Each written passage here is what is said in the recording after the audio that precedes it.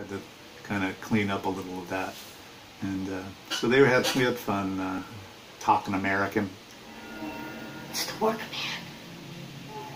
I just made it up.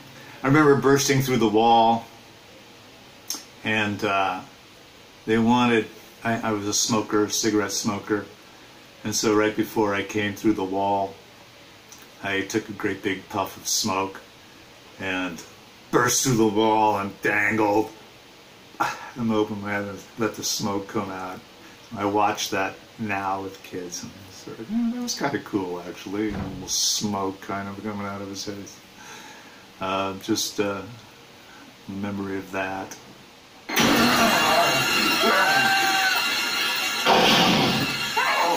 I remember having to pick up these kids by their feet. I did.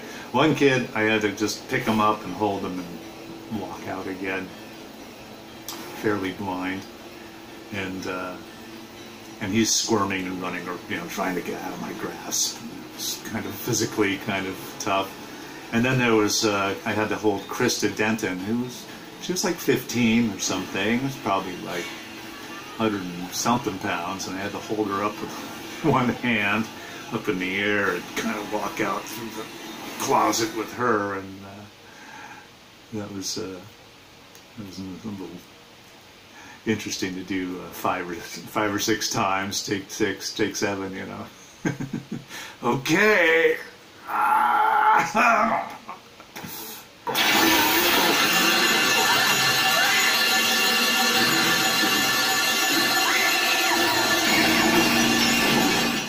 I did the fall towards the camera. It was a dead fall, but I think they put a mattress down underneath me or something, so I just did a flat dead fall. But they cut halfway through that, and then they went to the dummy from the back. And that's because of the nature of the shot. It was forced perspective. The dummy was actually on a lever that went like that and suspended over a space that was 20 feet down. So that would have been hard for me to do. It's really great. The first perspective work was really interesting to watch and have it made. It's very kind of, wasn't used that much in those days. They were already going into the computer stuff. But it's kind of an old-fashioned technology that really worked really well.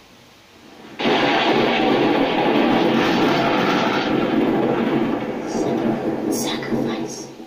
Was around for the editing of the film, and going to the test screenings and things like that with Tibor and Michael Nankin and Randy.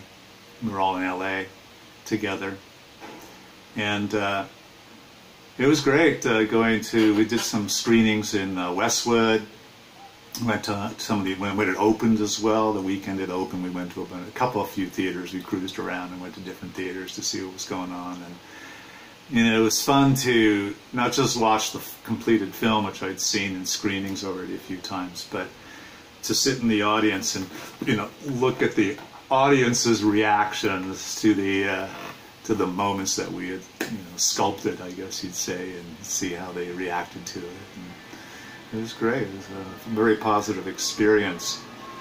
I remember it came out the weekend that Ishtar came out, which was the big opening, and we beat it. We beat it on their opening weekend. Which didn't say much for Ishtar, but it made us very happy that our kind of low-budget Canadian horror movie was, topping the box office. Well, I stayed in the business for another 10 years after the gate, and then became a teacher. I sort of had a change of circumstance in life, and just decided to go find something new to do, and got turned on to teaching through some friends of mine that were teachers, and seemed a really kind of wonderful thing and a wonderful life they were living. And so I became a teacher, and became a drama teacher, I've taught drama, stagecraft, and film studies for 22 years now. Retiring this year, actually. So it's been a really, really great third career, really, but certainly the longest and most meaningful for me. These films were unpretentious, you know, they were just fun entertainments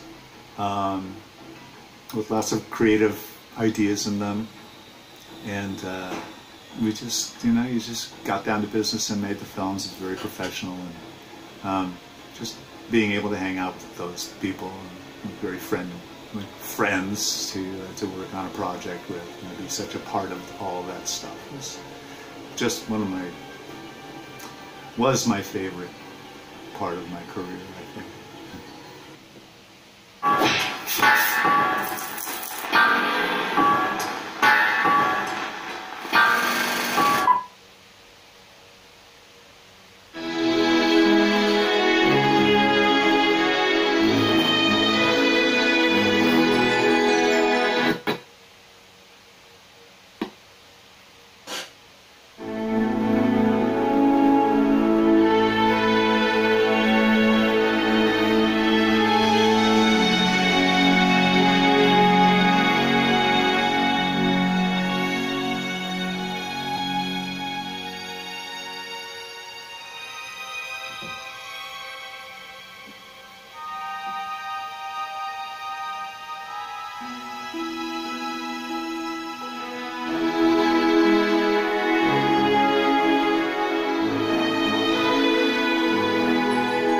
What was the industry like back then in Toronto? Back then there was a high volume of business based on tax shelter business where, you know, producers would, through brokerage houses, go to individual dentists and development and attorneys, and they would create financing through what were in essence tax shelter schemes where you were investing in movies for tax write-offs because a lot of people had a lot of money and they were trying to shelter their money.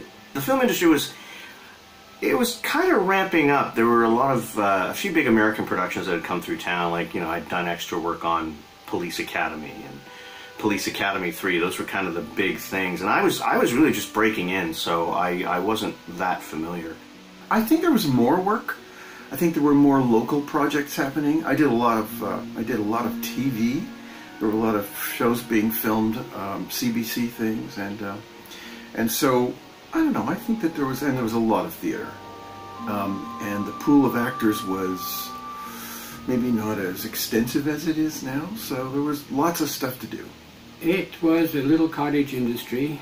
There was a handful of decent producers, and I joined Alliance Entertainment at the very year that it was incorporated, and Robert Lantos, who was a Montreal native, came to Toronto to set up his company, and he met these other producers, John Kemeny, Andres Hamori, and Robert Cooper, and they decided to form an alliance, like a mini studio.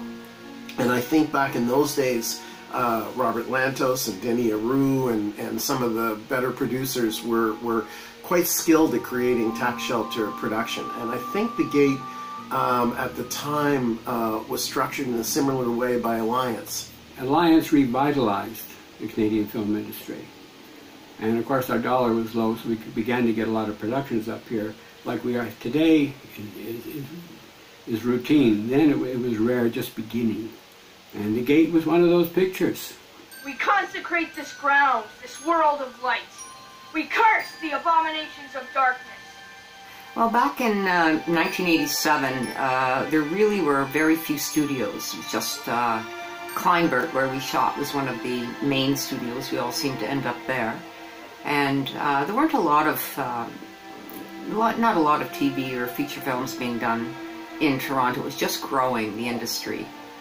Basically started around 1980 and then got to be very, very busy. I think The Gate might have been my second movie or something. So, you know, to me it was all very new and exciting and the unknown. This was like mid-level feature as far as funding went, It was a little $5 million Canadian production. $5 million Canadian. It was only like $3 US. And considering what came out of it, it was quite a bargain. Well, our crew on that back then on the gate, a lot of the